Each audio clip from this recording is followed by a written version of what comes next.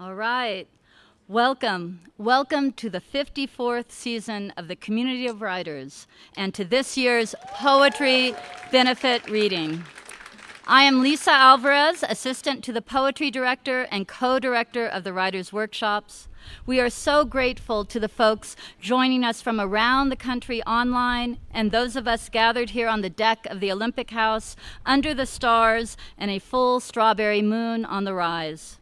This annual reading celebrates the work of our staff poets and raises funds for our scholarship program, which every year brings poets from around the country to this beautiful valley in California's High Sierra. As we gather in this valley, home to our conference, we acknowledge our debt to its original people. For thousands of years, the Wasi, now called Washoe, lived here from snowmelt through summer. The Washoe still live in their ancestral lands today, and we recognize and honor their history, traditions, and care. Tonight, wherever you may be joining us from, I ask you to consider the history of the land where you are as well, and what that history means to you and all of us in the present moment. This evening, the poets will read in this order: Blas Falconer, Brenda Hillman, Bryn Saito, Major Jackson, Matthew Zapruder, and Patricia Spears Jones. But before we begin, a thanks to our sponsors. Palisades Tahoe, our gorgeous venue. Thank you for all you do for us. Thanks also to the Nevada County Arts Council, Copper Canyon Press, Wesleyan University Press, Beers Books in Sacramento, and Word After Word Books in Truckee, and to the Chamois for providing us a last-minute space for workshops. As many of you know, we are a fully independent nonprofit. This means that we have no corporate or university umbrella under which to huddle. In a lot of ways, this is a blessing. We have full autonomy over our programming, our staffing, and we can care for our community how we see fit. The flip side is that we don't benefit from the financial security that such a benefactor would promise. Really, we have gotten by this year and every year by the goodwill of our community, this community that we rebuild together briefly each summer, and which we foster year-round. We get by truly with the help of our friends. Tonight, we thank all of you who have already donated, and we ask that those of you who can to please consider making a contribution to support our poetry scholarship program. As expenses rise each year, we are proud to continue to grow our scholarship giving capacity. Your gift tonight will ensure that every talented poet who wishes to attend can do so regardless of their ability to pay. So if you are able, please support our scholarship program with a gift tonight. If you are viewing online, there is a donation portal below the player, so you will not miss a thing. Donations in increments of $25 will also qualify for the giveaway. So if you want to earn a chance to win a softball signed by one of our staff poets this year, or an autographed book, or one of our lovely softball t-shirts, you can still win one. Just scroll down and make a contribution in any increment of $25 to be entered into the drawing. If you are here in person and want to enter the giveaway, please visit the bookstore after the reading, and thank you. And now, Blas Falconer first came to the Valley as a participant in 2016, and then returned as a staff poet during the pandemic in the virtual Valley, and we are so pleased that he could join us again this summer. He is the author of 4 poetry collections, including his latest, Forgive the Body This Failure, and the co-editor of 2 essay anthologies. His awards include fellowships from the NEA, Tennessee Arts Commission, and Poets and Writers. He is editor-in-chief for Poetry International Online and teaches in the MFA program at San Diego State. Please welcome Blas.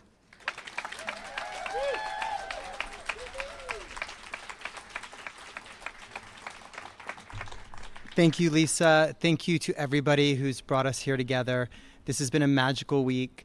And thank you to the participants. You have brought such incredible poems each morning. They're truly inspiring. We all talk about them daily. I'm going to read 5 poems from my next collection of poems called Rara Avis, which will be coming out in September of this year. Thank you. Thanks. The first is the title poem, Rara Avis, and it was inspired by an article about an Egyptian tomb that was discovered in which they found many, many mummified kestrels.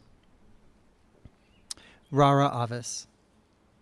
A falcon, one of millions, raised for sacrifice. An X-ray reveals the bird, untombed, wrapped in linen, wings pressed the length of its ghostly body.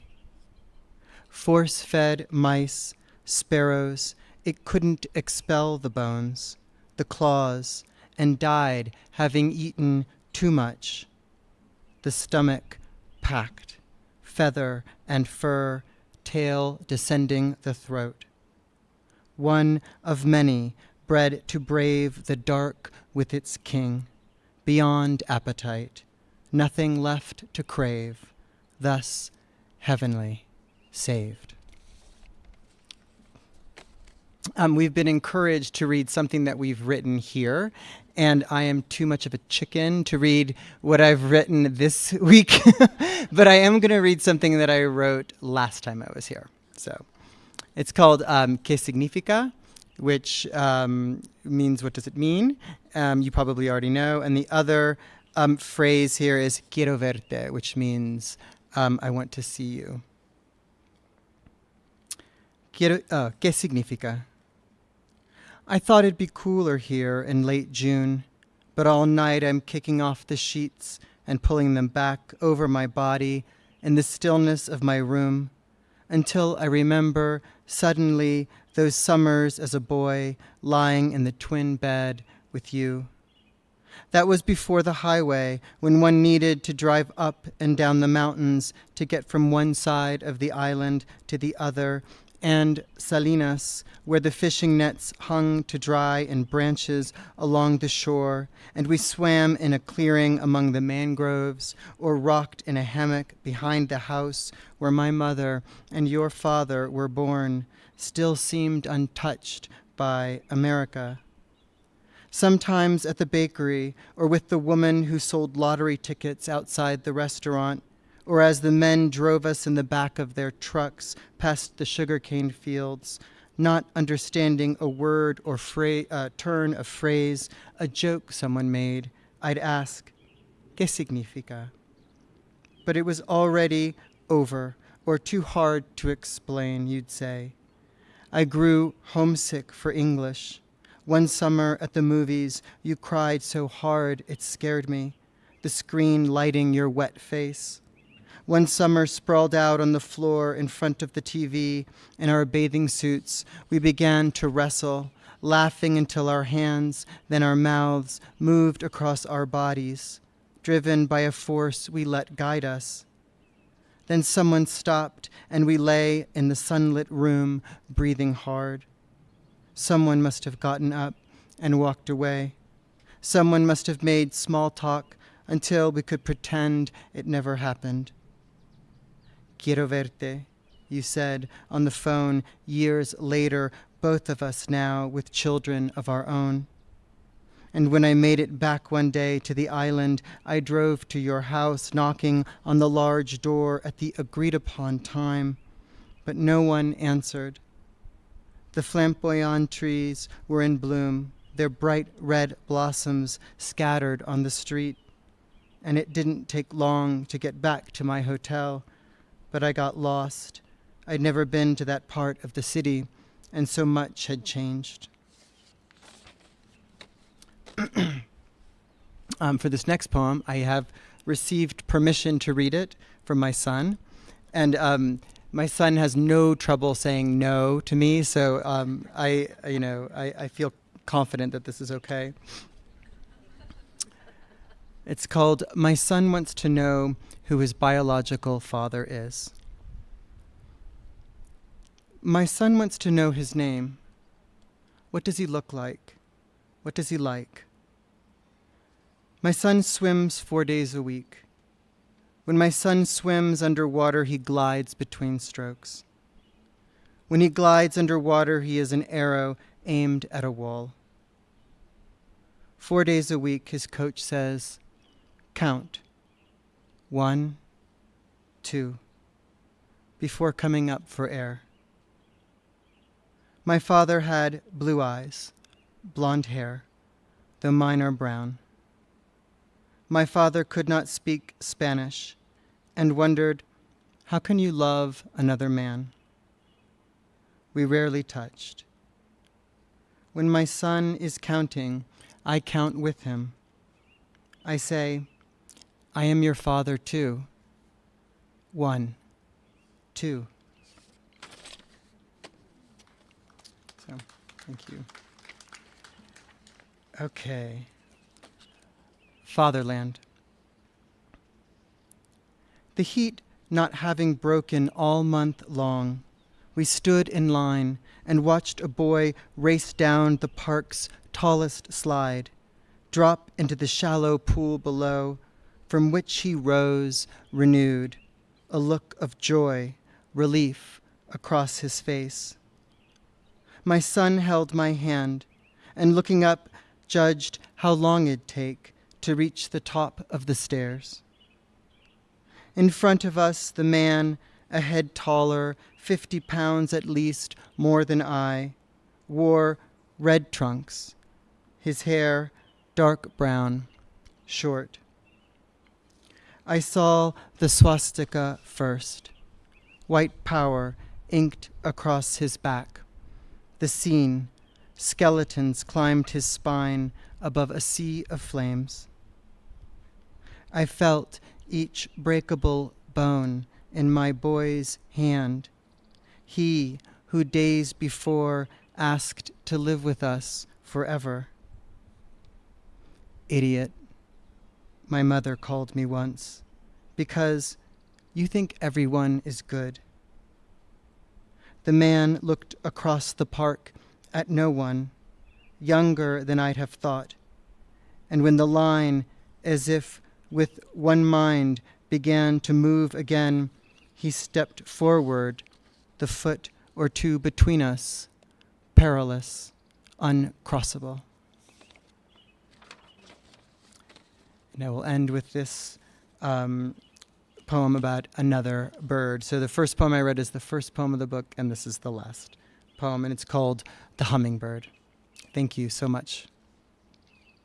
The hummingbird, a blur in the periphery, like the mind if the mind were airborne, a buzz among leaf and orange blossom, the long beak pressing quick into flower after flower, high on each sweet center, and each iridescent feather shines hard. A thought, half-formed, charged, a hum before it lights on the branch, and you see it clearly, dimmed now, small, no longer what it was. Thank you.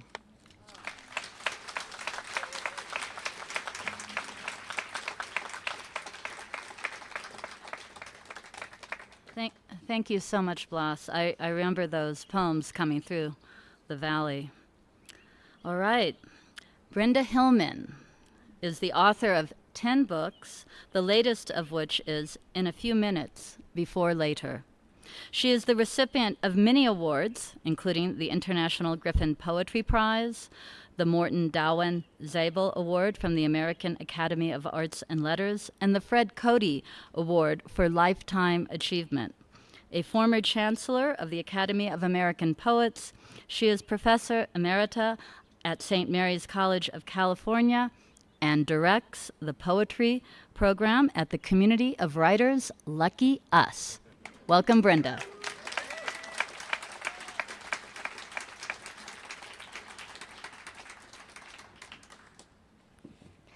Thank you so much, Lisa, and thank you to the staff. Thanks, Blas, for the beautiful reading. Thank you all for coming and you beautiful participants. I want to second Blas's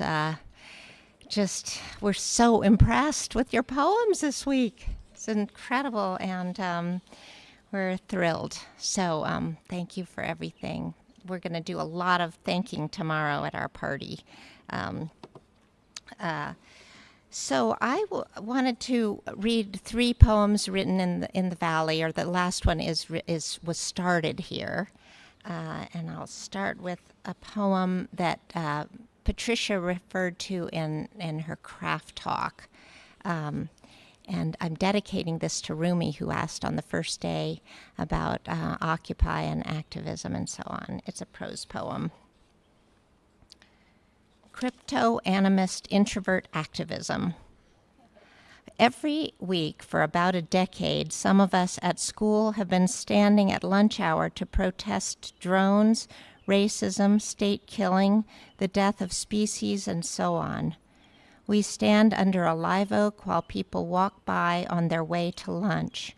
We hold up the signs. It's an absurd situation and it changes nothing.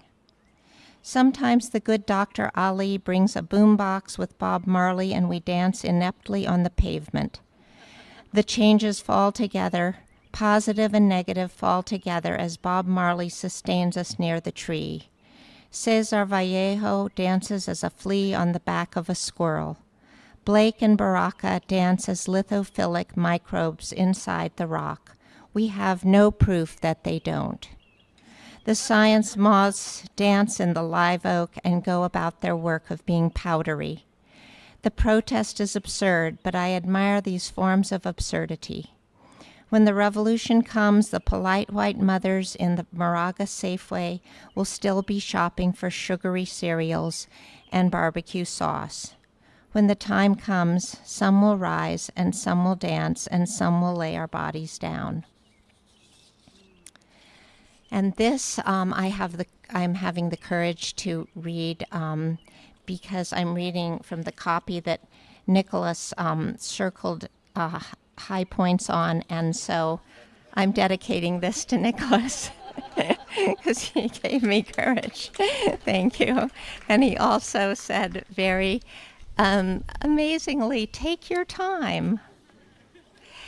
The edge of the almost there. And your soul asked yourselves, what do you still have to do? And the talk-back part of yourself said, shouldn't you know?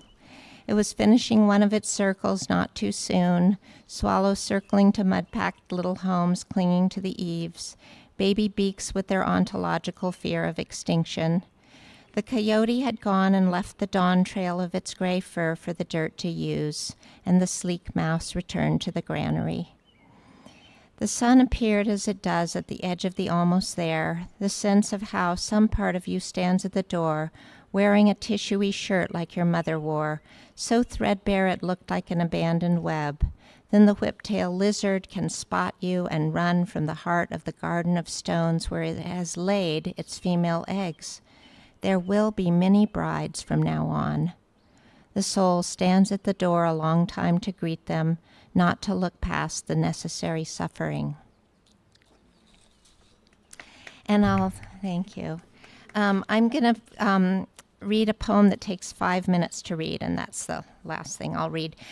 This poem was started in there, right there, that second window, after the softball game. And for some reason, I just was having a tizzy of anti-ageism, and so I wrote maybe 4 stanzas or 5 of this poem and then took it down and finished it over the next year. History of punctuation on the face. We love punctuation. We love it on our faces, between our eyes, the commas on pages, slashes and virgules by the noses, the deeper ones called smile lines. The history of punctuation on our faces, the not smooth, now colonized landforms. Try agelessskinrevolution.com, an internet pop-up says between news. Botox could fix your punctuation, and we don't want service worker bacteria injected in our skin, some of our sisters said, naming the wrinkles after the drier years.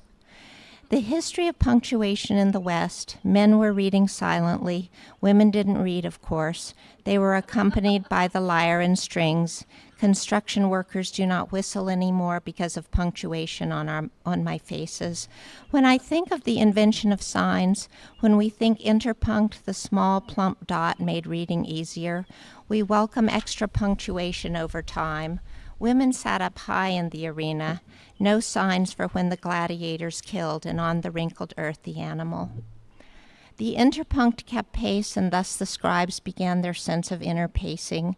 At what level did experience begin? Thus began the sense of interfacing. At what degree do Botox creatures stretch marks designed to make the reading easier? Weakness happens when the muscles fall. They invented the dimple and the period. At the Grand Canyon, we saw wrinkles up and down from the Precambrian. What's so bad about granite wrinkles? What's so bad about punctuated women? The parenthesis was added later. Brief Botox may cause side effects. We won't accept a corporate account of our skin. We do accept the long Precambrian. The feldspar in the West, the punctuation in the texts. Monks placed marks in surviving manuscripts, mostly not coming from the author. Aurelius noted he had inserted marks. Others appear in the 4th century. Not hopeless, only adding pauses, metamorphic commas on the faces. Marks had been inserted to show forces, the dimple with 1 dot of traces. The asterisk appeared medievally, the punctus exclamativus, and by then, human surprise had been invented. Experience on our faces, and once when we were hiking down into the Precambrian granitic structure's huge Vishnu complex, we had extra experience. A reader suddenly allowed to put marks in. The printer made the right to put emotions in. When he left her, her punctuation deepened. Only some languages develop commas. Some faces, some agreements have, and time makes other lines within the sense of sense. He started leaving her when she grew Precambrian around the eyes. He was very going to leave her, then he did. Another started naming wrinkles after times. She named them Valley of the M, Heartbreak, Budget, Protest, App. When you see an older woman in the street, a reading of her beauty starts. No stretching skin, smile lines built like the Precambrian. Older ground becomes so rich and rare. After Botox, she couldn't whistle well. Zoroaster's granite, igneous intrusions. The corporation needs our shameful self. In her divorce, the wrinkles deepened, individual wrinkles named for lovers. Young and older writing added time to it, the commas of pure pleasure. After a great pain, the Precambrian. Some sense in the experiment grew. The pattern of pure pleasure grew. The measure of the text is not pre-death. What is your favorite form of punctuation? My favorite form is the almost pause. To have some extra time around the dream. Not a dream of youth, poor Botox creatures chained into our friend. Oh, semicolon, why hatred of old women, not of earth? Why no hatred of old canyons? Why no hatred of the valley? Why hatred of the women doing nails and women eating, teaching, nursing babies, walking, talking, bent like commas? Why do the aging women apologize when they can barely even talk? I asked the semicolon and it said, don't be ashamed of your skin. I asked the comma, it said, don't be ashamed of your eyes. I asked the virgule, the parenthesis, the dash, the tilde, the umlaut, the macron. They said, don't be ashamed, shame, shame, shame. I asked the ellipsis and the period, the exclamation and the question mark to read the human woman's face, and the sign said, take your time. The pauses bent and heard, as did the quartzes and the cracked feldspar faces of the canyons. There are the marks and runnels and rivulets, scratches and of exiles, skin, sex, age, capacities. O quartz, ah granite, basalt, lava, faces stay with you. They remember you. They made signs with laughter. Old women, we remembered you. Remembered the wrinkles under cities, the faces ours, full of pain, dots, lines, and whines. Faces loved in suffering and gladness over all the earth.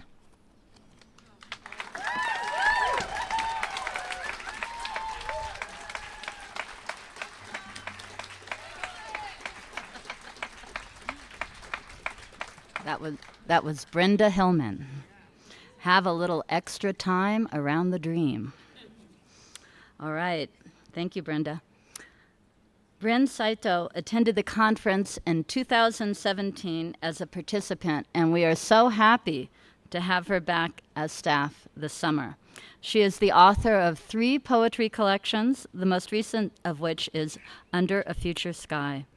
A California Arts Council Individual Arts Fellow, Bryn is also the recipient of the Benjamin Saltman Award and a nominee for the Northern California Book Award.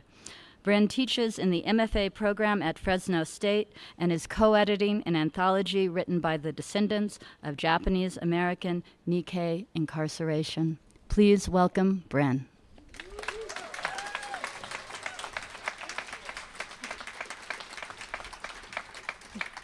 Thank you. Thank you so much. Oh, yeah, what a week, huh? What a week. It's been just a joy and an honor to be here and accompany you and have you accompany me. So thank you. Thank you so much. I think I'll read maybe 4 poems. We'll see. This poem is called Theses on the Philosophy of History, or Listening to the Presidential Debate While Stuck in Traffic. I think there's a debate coming up, but we don't want to think about that. We're in our nice mountain bubble here. Okay. It's a 3-part poem. 1, roads clog with people and vehicles crossing the Golden Gate. Give my rage back to me, I know how to hold it. Ghost fog grows and stretches itself through the bars, and I'm ready for it. On my radio, the white general and the white general yank each other into the deep end, good heavens. Don't teach me to hate my language tonight. Don't teach me how to hate my lips and their language tonight. Tongo says capitalism walks on water. I've seen my TV. I believe it. All of the redwoods in the world can't keep this country from wanting to die. The future has arrived and it's doubled over, and the best of us are ready for love, though we're burning. 2, roads clogged with people and vehicles crossing the Golden Gate. My family is Eduardo and Mitsuo and Marilyn and Alma and Samuel and Fumio and the twin who drank himself to death, and the auntie who drank herself to death, and the Issei and the Nisei and the Sansei with their rock faces and nightmares. Undisguise me, said the stone. Undisguise me, said the stone to the desert light. Undisguise me, said the stone to the river. Lay me down under harsh water flowing under midnight starlight. Take my face off of my face, said the stone. Shake me open. 3, roads clogged with people and vehicles crossing the Golden Gate. The white general and the white general teach me how to hate my language on the radio tonight. Which nightmare of a framework makes the human count? Which bodies count and which count against? Grandma met Grandpa in those camps. Let me give your rage back to you, said the poem. Stop trying so damn hard, said the poem. Everything that has ever happened to you and your family keeps happening, and the love keeps coming in with its surgery. Get good with yourself, said the poem. Get gone. And I'll read a poem following Blas. I'll read a poem that I wrote here 7 years ago when I came here, and it ended up in the book, and it's somewhere here. And I went on a nature walk and I learned some stuff, and then I put it in a poem. So this is called Ordinary Animal, and it's part of a series in the book. And I think the animal is like the animal of addiction, maybe, and trauma and that kind of stuff. Ordinary Animal. Let's see. When aspens shiver in the dark, I understand myself. When water tumbles over itself under starlight, I grow in me a second wing so I can see her. Sister, small in our father's garden, taking her time with salted snails and desert sage. When fog moon rises, I want to walk back into that walled paradise, turn into the girl I was to tell her a story in birdsong. I know how to call out in the marble dawn like a Steller's jay, afraid of my own longing. I believe in the river revising and the mountain trickster with its hidden penstemon blooming in the center of a canyon drought. For her, I've learned to bow without bowing. I hold thistles in my hips for her, stand still and strong against the ordinary animal devouring us both. I mentioned a little bit writing about infertility and fertility, and this is a prose poem that's sort of loosely kind of connected to those themes. It's called What is Your Struggle? Your acupuncture doctor calls you a warrior. You hear worrier. Then you hear warrior. What does it mean to believe in one's body? Your mother's massage therapist says her body is ready for a war zone. Hard rock shoulders at high alert, a whole life like that. Why? You didn't grow up in a war zone. You grew up in the suburbs of Central California, the state's vast armpit, a sea level basin that's also a breadbasket, that's also a place of hot struggle, smog, strip malls, and shadows. The woman warrior didn't just go to battle, says your favorite author at the Friday Night Craft Talk. She also led the soldiers home. She led them home. Maybe what makes you a warrior isn't so much your rage, but the fact that you'll sacrifice yourself for another kind of peace. When you start writing poems about a woman warrior, a writer you admire says, I like them, but what is she fighting for? Do you know? Do you know what you fight for? What is your struggle? That's the first question the Zapatistas ask when you visit the autonomous territories in the Highland Mountains for the first time. Red masks, mighty women, rebel sky. Your mother hated that you traveled there. She worried the whole time. You wish she could have come with you. More warrior, less worry. You hope all that tension in her back means she's growing wings. And I'll just close with a poem from this week. Poem I read today. To my lovely little morning session poets today, thank you for your support and encouragement with this poem. It's called Solstice, so in honor of solstice.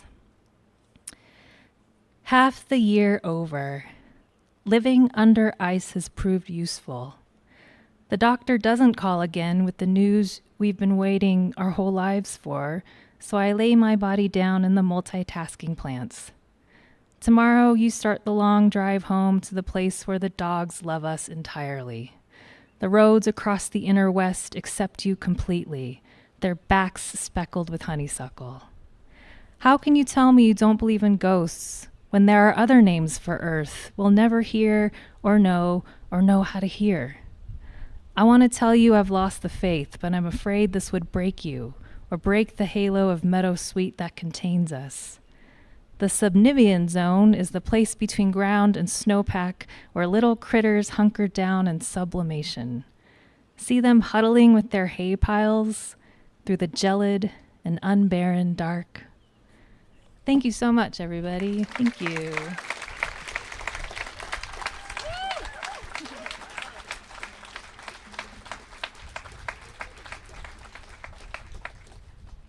Thank you, Bren.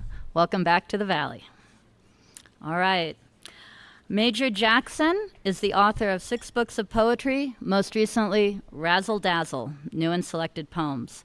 A recipient of fellowships from the Academy of American Poets, the Guggenheim Foundation, and the NEA, he also serves as the poetry editor of the Harvard Review.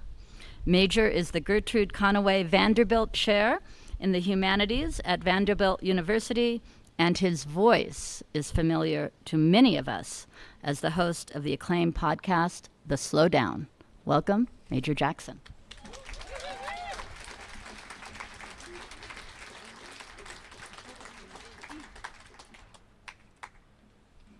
Good evening.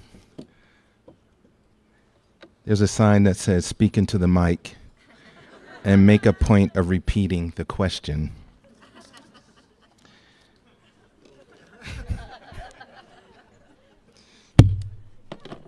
I just did an episode on glasses. I have friends, many friends, named Matthew, dither and zither. Though I am rusty Once again, I am thinking and making an effort at scrawling. So my thoughts arrive like a glass of water. And so my spirit hangs just above you like a branch in a secret garden you stumbled upon after looking at your sad investments.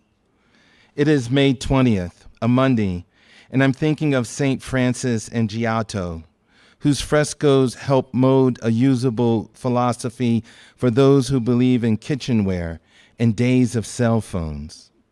And I'm thinking about a postcard sent once from Matthew of St. Francis receiving the stigmata of Van Eyck and not a Giotto.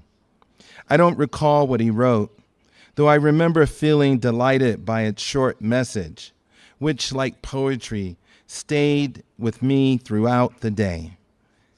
Earlier today, in the city of Assisi, the light was the color of a peach, and I could see myself in a movie, standing in the Piazza Rufino thinking of Didi, and all the postcards I purchased sitting on my desk alongside the empty journals, and wanting to avoid the banality of touristic observations, and wanting desperately to cheer her up with messages of loneliness, leading me to fill my luggage days before departure from this land of tawny owls and black locust trees.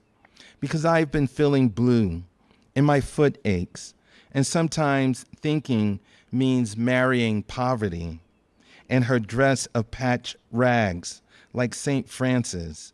But then you learn to talk to the birds, which is an exalted form of thinking, year after year of dialing into heaven. I'm going to get my poem that I wrote out of the way early on. It's called Against Mediation. And I was looking at that mountain there. The mountain converses with the sky as though it wants to go on a date. The cemetery becomes a road to an unheard sound. The morning asks for permission to pass through our windows, and that olive grove in Umbria is a prediction. Hundreds of hammock-like webs backlit by sunlight spread across the countryside like 1,000 flying spirits returned. Later, I keep to an unpaved road and watch the moon tunnel through branches of a black locust, then fall to sleep. The roadside shrines wish for growth, even as seed pods promise more camera-aiming tourists. I have nothing monumental to say about the cat and his epic silence. In fact, I have ceased looking critically at the conceptual question of my death. Now, I wish to abandon the fine art of projecting my subjectivity.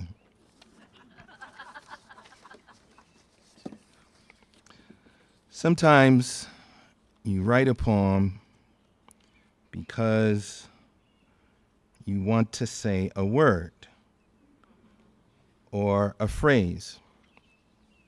And in this poem, you'll probably figure it out. Having lived in Vermont, which is the setting of this poem,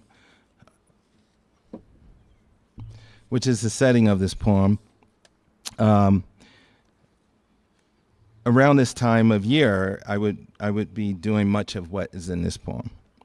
Enchanters of Addison County. We were more than gestural, close listening. The scent of manure writing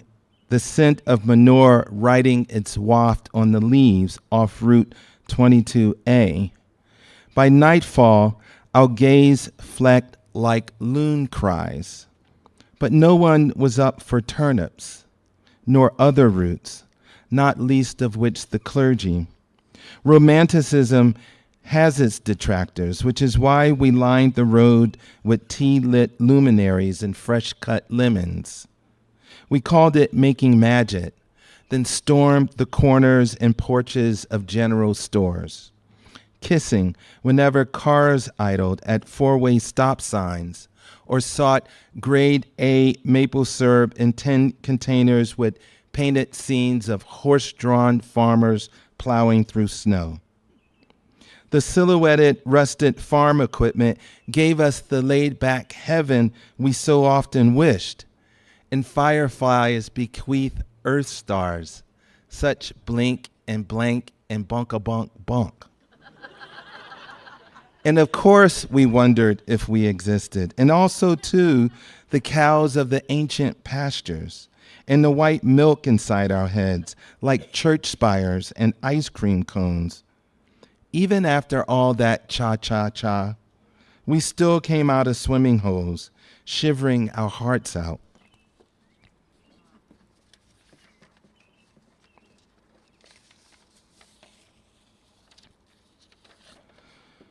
Duende. The music pouring from that passing sports car belongs to no one. At a stoplight, it shoots out a driver's window like a sudden hug, leans on the storefront, then plucks the strings of the coming night. When music reaches a melancholic pitch, the walls weep and the neighborhood quakes. This is too much, says the florist, and closes her shop. Only the couples walking by barely glance its way, so undone by love. But the teenagers, new to sorrowful fires, entangle fingers and listen with eyes like lakes. A man too lonely for words runs across the street, dodging a taxi. He wants to plummet before music hastens to silence. The scent of citrus fills the air that is already unleashing its secrets. Music, we are taken by your stretch. Music, we are taken by your search for the moon in rocks. We are ravaged. Even the rats ignore food scraps and alleys. We must not fear. And my last poem is titled Poem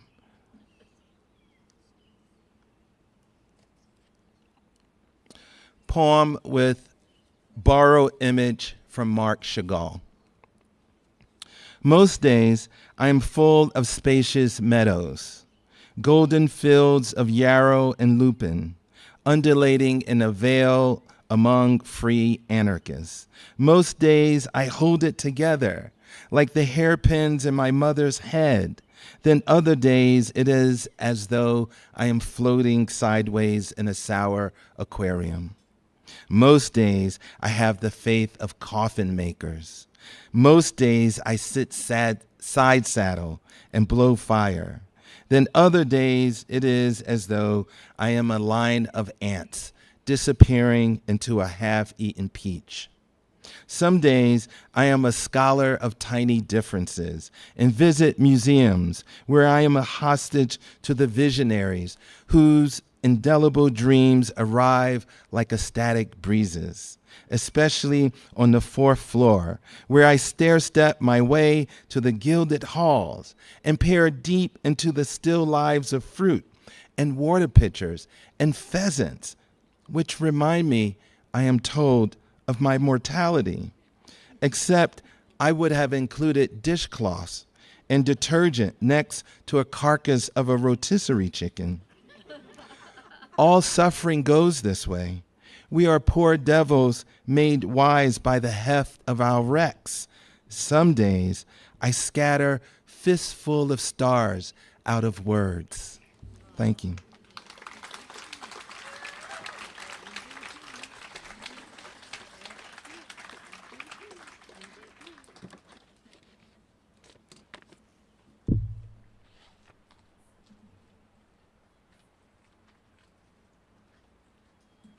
Major Jackson, scattering fistfuls of stars out of words.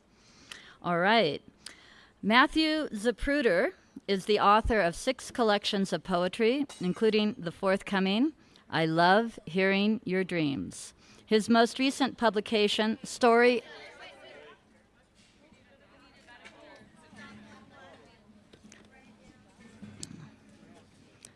we need medical attention. We need a doctor.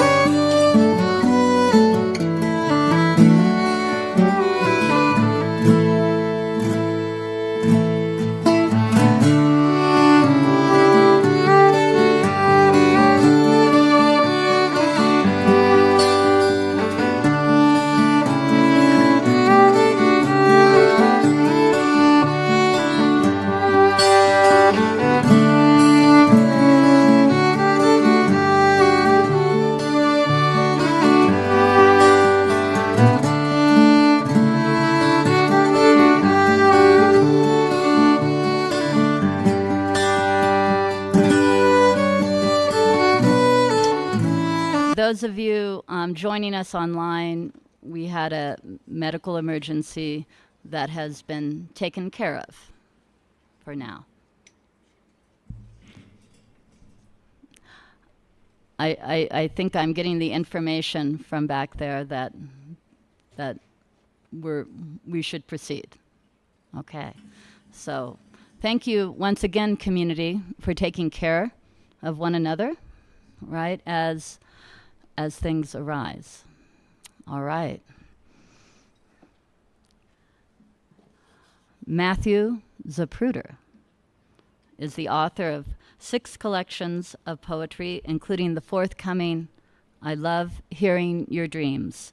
His most recent publication, Story of a Poem, a Memoir, was a finalist for the 2023 National Book Critics Circle Award for Autobiography. Matthew's honors include a Guggenheim Fellowship, a Lannan Foundation Residency Fellowship, the William Carlos Williams Award from the Poetry Society of America, and the May Sarton Prize from the American Academy of Arts and Sciences. He is editor-at-large for Wave Books and teaches in the MFA program at St. Mary's College of California. Please welcome Matthew.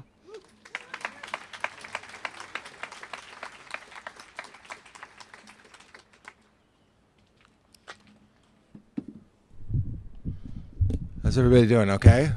That was a lot. They don't train you for that. But yeah, I wasn't watching, but I hope everybody's okay.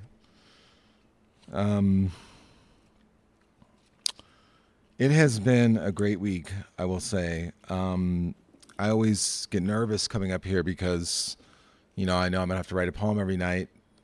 Just like everybody else. And I'm like, how do you do that? I don't remember how to do that at all. But I am going to read a few that I wrote here at various times. So just in solidarity and gratitude. So, and thanks to Brenda and the staff and everybody and my fellow poets and Lisa and Brett and everyone. So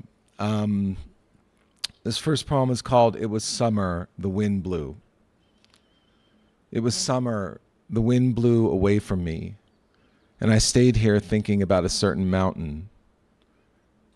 Things got green, then forgot, and in their forgetting remembered everything that was not grass or me.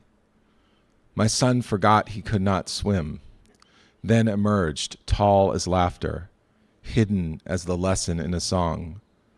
He forgot how to tie his shoes, then learned how to draw a face, and tie it to a string and run far off into the place only he could go.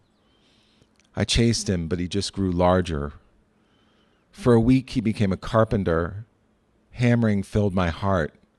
My heart went to the hardware store and bought all the napping spatulas. It was summer, so I let them stay up all night, or they let me. We swung from the magnolia. Our great leaves fell. It remained our friend. Each day was that same sweet holiday that never ended until the windows got soft. It was summer. Candles came on like televisions. That was the last time things were real.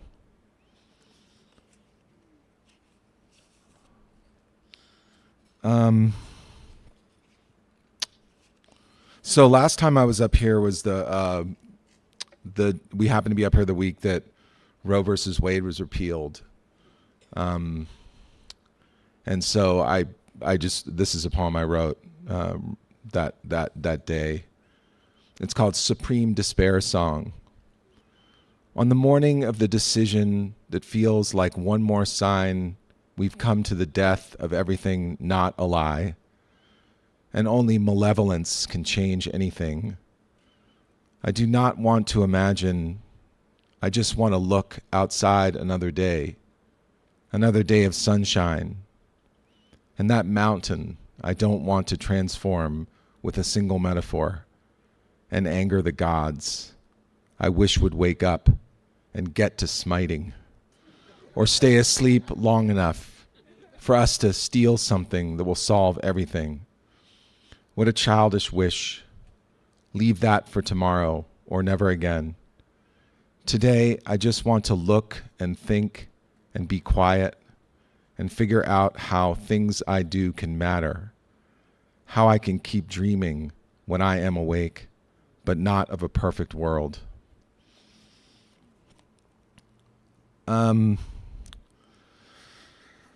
Okay, I will write one. I'll read one I wrote here this week. Yeah. That's a hopeful cheering. I like it. I like hope. I rode the train up here because my family, geez Louise.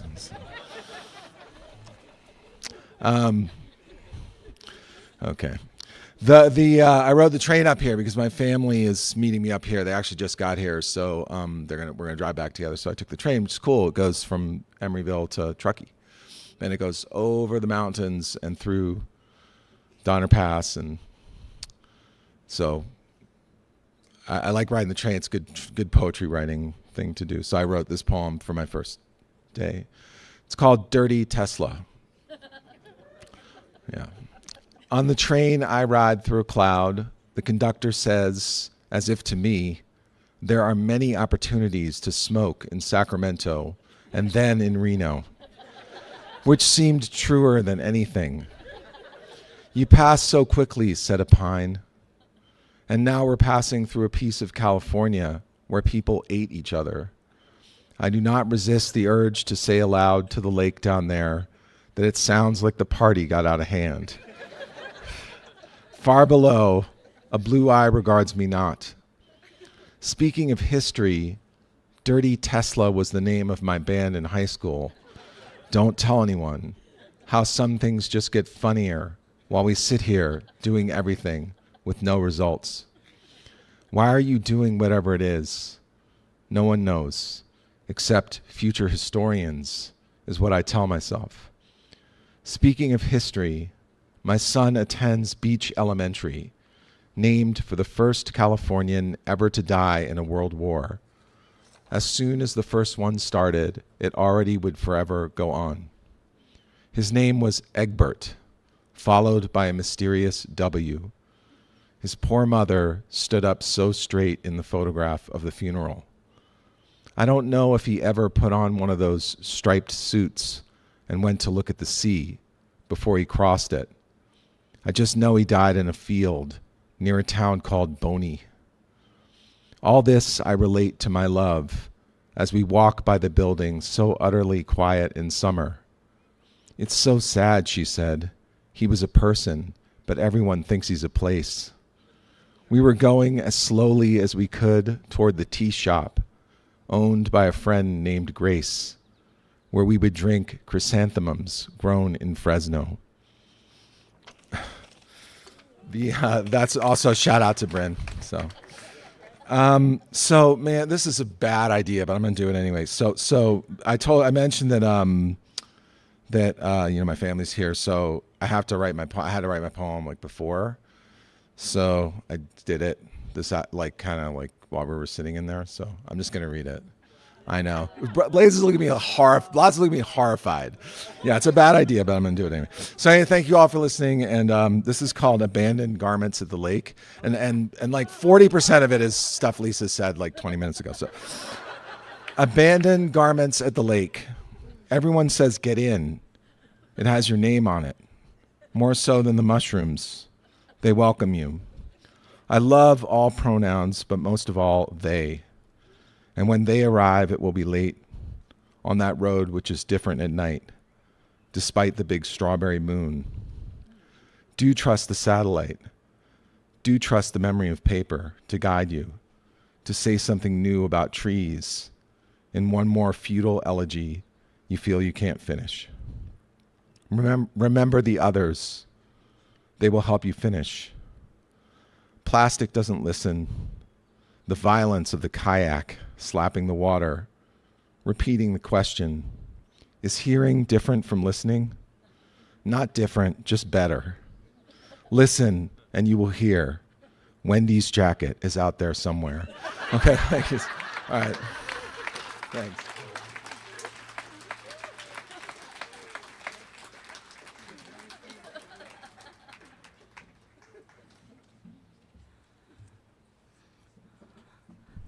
Okay, here we are. Thank you, Matthew.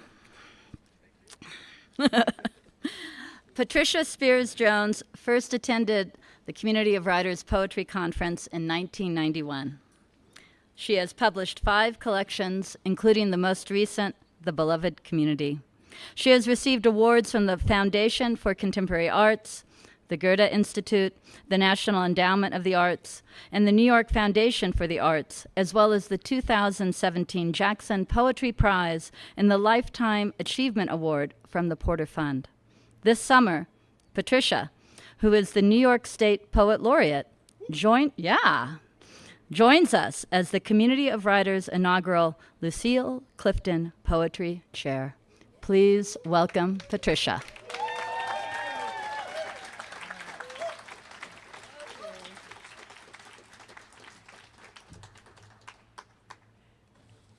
Matthew, you better dedicate that poem to Lisa. Hello, everybody. This is like, oh, it's so beautiful. Everybody looks so beautiful. You do. All these hats. Great hats. And I'm glad I didn't know what the Lucille Clifton chair thing, but here's a poem I think Lucille would love. This is from The Beloved Community. And it's also about a situation in California. Nia. And Nia was Nia Wilson, who was a woman of color who was murdered in Oakland in 2018. Okay. Nia. It sounds better in Spanish. Precario, prettier, as if it isn't what it is. And there's that O. My, how will the rent get paid? The deadline met, and who ghosted me first, Valley Lover or that other one? Delicacy of skin, quick steps, quick stops, and the direction is what? There's no where there, and the last shift is the one where tongues load a stack of sighs, bridge tall and mythic. This day and the next, volcanic shards roll toward the door, even if mountains are in a far distance, thousands of miles. How the heart steadily beats as the sirens careen and angry men launch their best lives ever by taking so many others.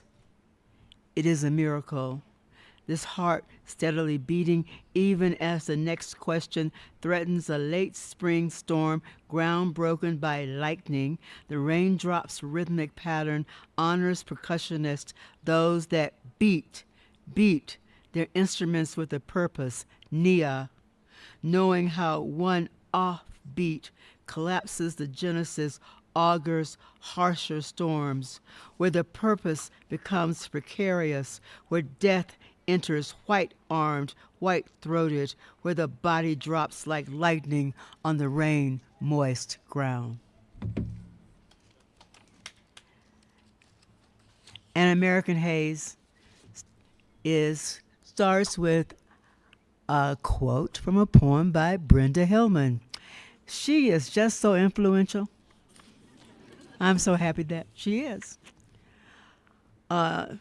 Thunderclouds, cracks, and volunteers.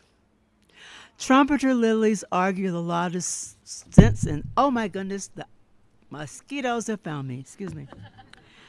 Trumpeter lilies argue the loudest sense. You could wrap a fiesta with that smell. And when done, you will know you're at a funeral parlor and tears are falling. Stars brighten, dancing figures, the ones that Jasper Johns remixes. Oh, elderly DJ, got that pepper in his pocket? Who knows these people in the desert? Volunteers. Come with food and water left for desperados, the men, women, children stumbling into an American haze. They, too, these volunteers, are illegal, told to leave the desert unfootprinted, even as the men, women, children mark the earth, calling on insects, birds, and beasts to follow, to gather, to take what is left of their stumbled bodies. The border between good and evil can be porous, or hard as steel, or an ideology of hatred. The country is full of ideologues, and the border cracks. Now I'm going to change the whole tone. So, you participants out here, y'all are having some serious relationship problems. I mean, whether you're married or not, shit is happening. Well, this is not about that. This is completely imagined. So, my favorite. This is my poem of invention, sort of, and everything about it. The epigraph, everything. The only thing that's not invented is the subject, who is Elio Otisica. He was a Brazilian conceptual artist. He lived in New York until about 1970. He escaped from Brazil when it was under military dictatorship. He was a queer man, and so getting the hell out of Brazil probably was the best thing that ever happened to him. But I didn't know that. I just know him from an incredible installation I saw many years ago. And I thought, wow, that's the guy for me. Oh, that Brazilian guy. So, did I ever see Elio walking some Park East Village, curly-headed and densely packed with art and drugs and death's constant shadow? Was he on the corner of Avenue B and 10th Street drinking beer and ogling the pretty Puerto Rican girls? Was he ogling me? Or was he living in an abandoned warehouse, holding on to his pencil, pen, brush on paper, cardboard, found trash, or garment district fabric offloaded by a gang out of the projects, whisking splatter of heroin, lost income, dropped dangling from a cup of bitch's brew? Oh, how to speculate this mad Hendrix-loving artist movement in El Barrio, Loisaida, or was he uptown Spanish Harlem, or on the west side, Greenwich Village, hanging with the drag queens, early a.m., everybody tired from the bars, the piers, the crumbling edifices, circa late 60s, early 70s, Nueva York, Nueva York. He was on a wild ride. The weed has stashed the dazzled dreams of men who had survived torture, military repression, a bad economy, yet learned to take acid trips one day at a time. Oh, the love affairs we have with the myth. Oh, the what ifs and the drug paraphernalia. Oh, night seeker, ill named moon winds your direction home. Thus is created this mixed up third world, loud music, your lips dry from screaming in January wind, something mighty Hendrix sun lack, on a back meant for napping midday heat exhausted. Thus, the making of a hammock, a thing of beauty, backlit by the gallerist while duct tape coiled the rafters of some street legal post, fly fishing flies, pretended bait, tight pants dropped here and there, as thriving masquerade of the handsome Brazilian who could have been the best bad news boyfriend ever.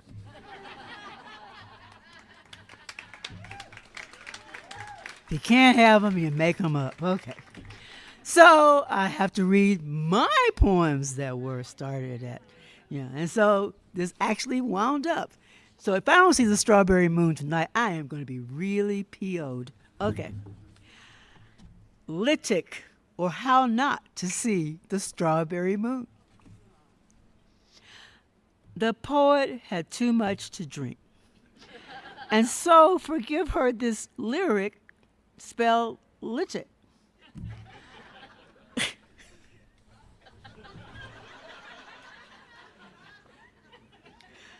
Litic are these stars in full array above the myriad evergreens. Oh, how they light the austere lawns of French estates. But why French estates in the Sierra Nevadas?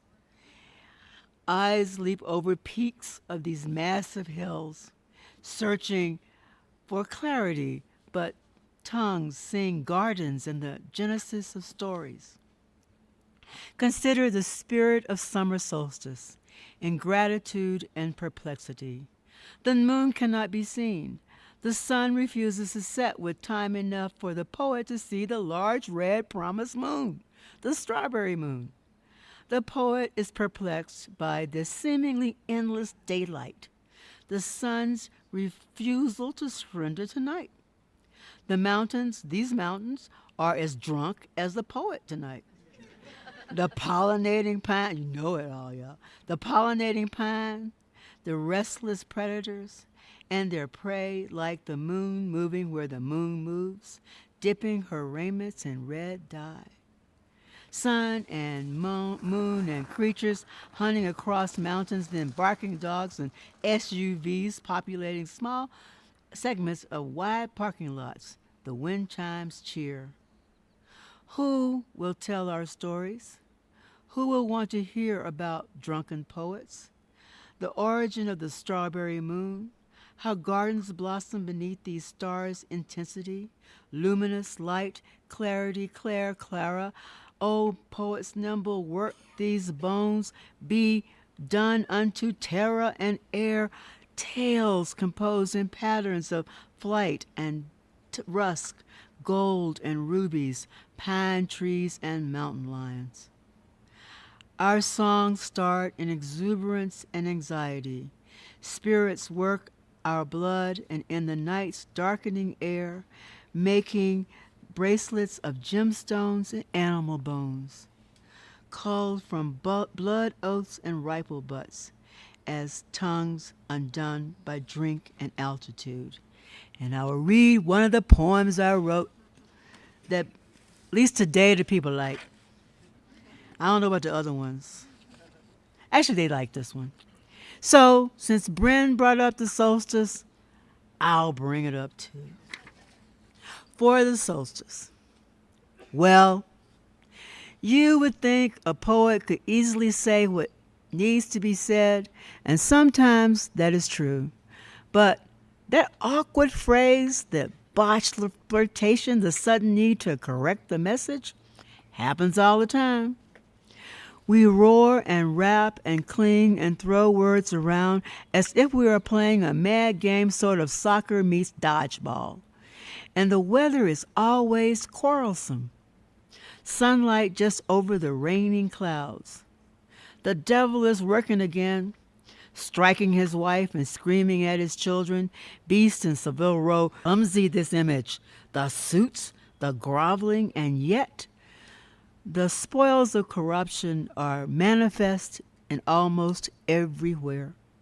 A poet worried about the phrase that makes the sonnet sing? Well, the poet cares. But big corruption uses the economy of language, i.e., money is bliss. Who cares from fraud? And my Rolex is bigger than yours. How to capitalize on this trend is but what awaits the darlinged graduates. Their mastery certified, but all else precarious. It is why wine matters on certain occasions. Pleasure must be treasured, thus the toast, the clink, the glad end of difficult days. Thank you.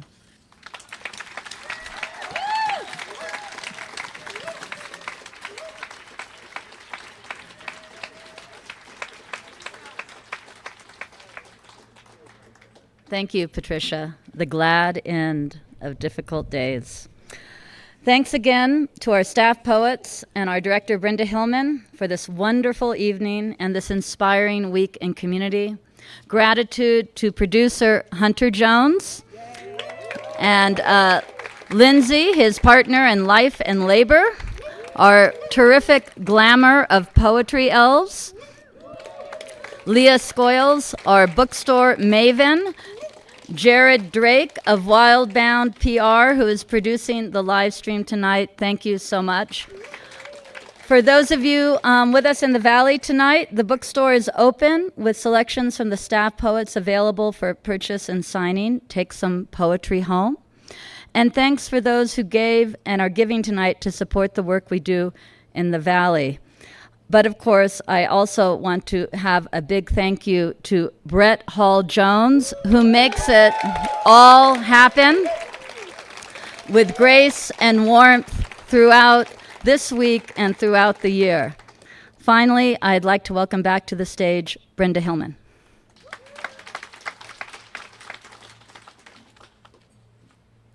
And we all want to thank Lisa Alvarez for the goddesses. Oh, so we wanted to have Sharon Olds' voice present. She was supposed to be with us this year, but wasn't able to, and we wanted to.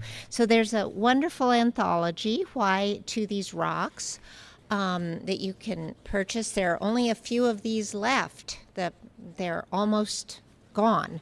So, and I wanted to read one of her poems this evening, so we would hear her with us. Excuse me.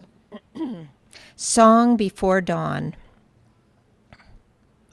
In the dark, not the full dark, woken by the cold, pulling the covers up around my mouth, making a small cavern of warmth, of living breath, sensing the over-under of my sleep-loosened braids, all my arms and legs tangled around each other. I used to lie on this mountain, and Galway and Lucille were dreaming nearby. I used to put on layers and layers by touch, and despite my fear of being outdoors in the night As if I were not a person but an occasion for violence, I would go outside, the sky black, as if there had been a God, it might have petted me on the head, like Galway in his scrupulous mercy toward me, like my chivalry toward him, and our confiding in each other like a child in the woods confiding without language in the needles and cones. In the dusk before first light, above the granite domes which look from here like peaks, but are the knees and hip bone crests and clavicles, jaws, occipital arches under the mountain's fontanelles. The stars are still just visible, and in the binoculars, clear and sharp, but despite holding the heavy lenses leaned against the stucco frame, my trimmer shows each star swiftly whirling in a white gold ring like Saturn's, in one direction, then swerving, then the other, then an hourglass, a spiral, a bed spring, the stars sparkler tracing my shaking. And now in the quietest moment, the voice it took the earth millions of years to speak, the vireo before first light. When my hands were steady, I would stand at Lucille's shoulder at the lake and softly pluck insects, 9-spotted lady beetle, giant crane fly, green darner, black snow mosquito off her shoulder, nape, white cap, and blow them out over the glacier blue water toward the place where we're going, one by one, 2 by 2, sometimes many at a time, someday all together as if reunited. Sharon Olds.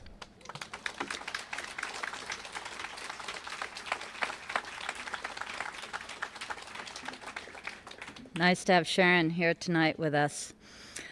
All right, before we go, let's give the last word to Lucille Clifton, who shared so many summers with us here. This is the last poem she wrote in the Valley in 2008. It's called Haiku. Over the mountains and under the stars, it is one hell of a ride. Lucille Clifton. Thank you all. See you in the Valley. Thank you.